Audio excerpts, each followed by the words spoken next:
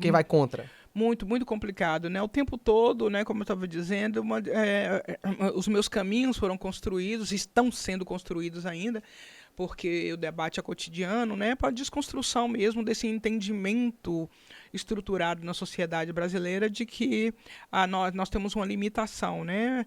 Houveram até estudos científicos dizendo, como o doutor Nina Rodrigues, né, no passado, dizendo que estava comprovado cientificamente que o negro não tinha a capacidade intelectual como tinha o branco. Então é o tempo todo a gente desconstruindo, né? Desconstruindo essas falas, desconstruindo essa ciência torta, E tóxica, equivocada né? e extremamente tóxica, né? Tóxica. O Brasil tem várias patologias, né? No seio na sua tessitura da sociedade. Uma das patologias, ao meu ver, é o racismo, né? Tem a homofobia, o patriarcalismo, né? O classicismo, mas eu acho que é uma patologia muito séria realmente a questão do racismo. Eu sou estudiosa, eu estudo até hoje, não oficialmente, mas eu estudo. Eu entendi que o caminho da escolarização me daria uma ascensão social digna do que eu busco para a vida, do que eu buscava e do que eu busco. Eu tenho uma vida confortável na condição de professora e também agora como produtora cultural, como curadora. Não se fica rico, não também tem, nunca tive essa intencionalidade, mas eu tenho uma vida confortável, eu tenho um teto. Eu tenho um teto para ficar, não devo esse teto para ninguém, tenho um carro para me deslocar, também não devo, né? Então, são conquistas que eu tenho, eu poderia usar a palavra Orgulho. na verdade, eu já, porque muita gente fala assim, eu tenho claro pra mim, que aí eu prefiro dizer, eu tenho escuro pra mim, eu prefiro viver. Ótima, ótima. Mas eu tenho orgulho de mim também. Eu sei, não tenho dúvida. Essa parte eu não tenho modéstia, não. E aí eu tenho essa escureza de que se eu não buscasse o caminho da escolarização, eu não conseguiria essa vida mais tranquila, mais confortável que eu tenho hoje, quando eu olho as pesquisas do IPEA, Instituto de Pesquisa Econômica e Aplicada, né, quando eu olho o último censo, quando eu vejo os dados do IBGE, as últimas pesquisas, e aí é muito, muito objetivo, assim, qual é a cor da pobreza no Brasil? É a negra. Quem tem menos escolarização no Brasil? População negra. E aí não tem susto nenhum, não precisa fazer nenhuma engenharia para perceber, para entender o porquê. Se o Brasil passou quase 4 séculos escravizando pessoas negras, tem menos de 140 anos que não escraviza mais formalmente, a tal da abolição do dia 13 de maio, falácias. A gente costuma brincar que 14 de maio não chegou ainda, né? Abriu a porta da senzala e falou, vai, se vira, né? Porque não deu condições básicas para que essa população africana e seus descendentes tivessem uma boa ascensão social. Então, assim, com baixa escolarização, ou analfabeta, é difícil. Então, o emprego é um subemprego, ou é o desemprego. Então, a maior parte de nós, população negra, é que está nas vielas, que está debaixo dos viadutos, né? A população em situação de rua, né? O subemprego, como eu disse, é violento para essa população. É uma questão estrutural e estruturante. Você comentou sobre, né, o ex-ministro Joaquim Barbosa. Quando ele chega, né, ele foi ministro, então, convidado pelo governo Lula no seu primeiro mandato. Quando ele chega para tomar posse, então, os seguranças perguntam a ele: o senhor veio para o serviço de Copa? Porque se o senhor veio para servir, né? Se é para o serviço de Copa, a entrada é por lá. Quer dizer, o cara é um ápice de uma inteligência, de uma intelectualidade, toca piano, música clássica, entende muito bem, vestido com roupas de corte clássico, roupa italiana, de um conhecimento vasto. Aí a cor da pele é que chega primeiro para levar um segurança a falar: o senhor veio para o serviço de Copa?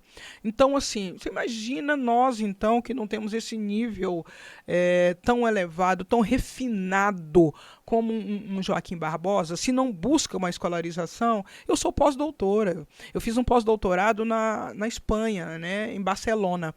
Então, quando eu chego em determinados lugares e que as pessoas olham primeiro em determinados lugares que as pessoas entendem que eu não deveria estar ali, porque o pensamento de muitas pessoas no Brasil é de que nós mulheres negras, devíamos estar nas cozinhas ou lavando as roupas das madames. Esse é o entendimento. Mas o que ela está fazendo aqui nesse lugar que é elitizado?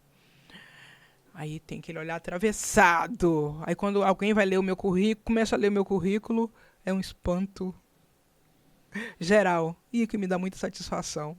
Pensar assim, é furar a bolha e é mexer no ego, na vaidade, no preconceito e no racismo dessas pessoas. Se vai mudar, estão mudando, mas estão mudando muito lentamente ainda, né? Essa situação.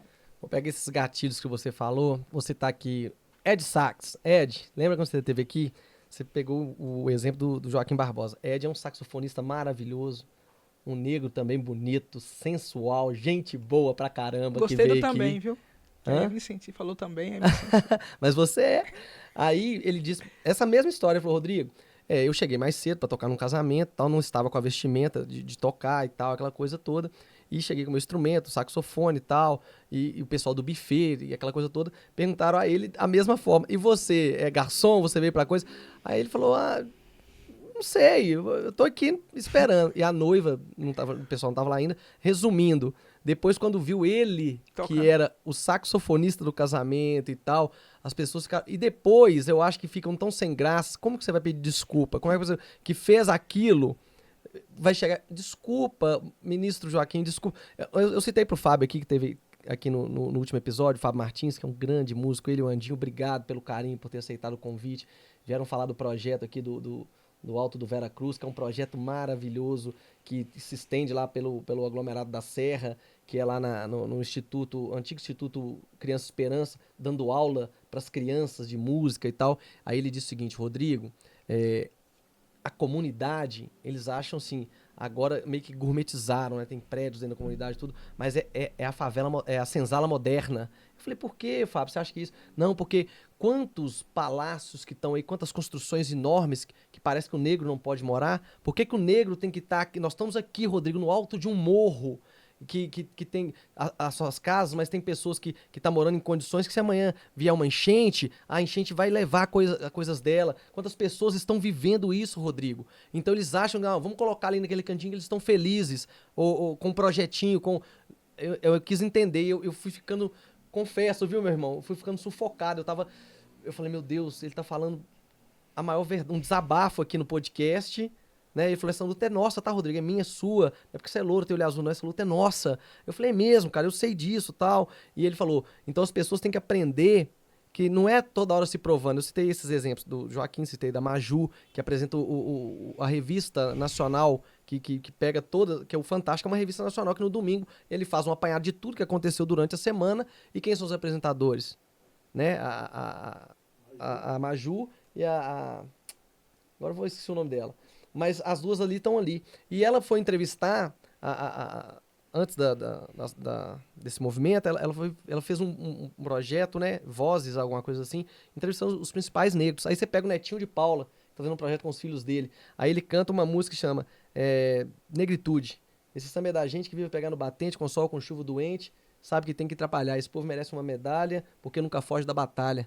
Essa gente é da gente e nunca falha, porque não tem fã de canalha. Essa gente é da gente que crê. Negritude é missão de viver. Juventude dobrada pra quê? Ai, meu Deus, o que eu posso fazer? Essa gente já sofre demais. São tratados como animais. E só querem um pouquinho de paz. E precisam ouvir Racionais. Aí, mas por que Racionais? Porque foi a primeiro estouro antes de Djonga, essas coisas, de falar sobre o diário de um detento, de um olhar de um vigia, Sim. porque parece que o povo negro tem que ser vigiado a toda hora, a todo momento. Então, assim, vou pegar um ganchinho aqui, Maga, pra gente ir pro apoio cultural, porque eu tenho mais uma pergunta pra ela aqui, e, assim, Maga, ela já deu, assim, nem foi spoiler, ela já deu, assim, Rodrigo, o que tá acontecendo estão desconstruindo pouco e não estão construindo nada. Tipo isso. Então tem que construir mais, muito mais, e ser totalmente desconstruído com esse pensamento, com essa mentalidade. Você quer o apoio ou eu posso ir para mais uma pergunta? Pode mais uma pergunta. Mais uma pergunta? Então vou mais uma pergunta aqui. E assim, eu confesso que eu estudei muito MacGyver, muito pouco, mas estudei.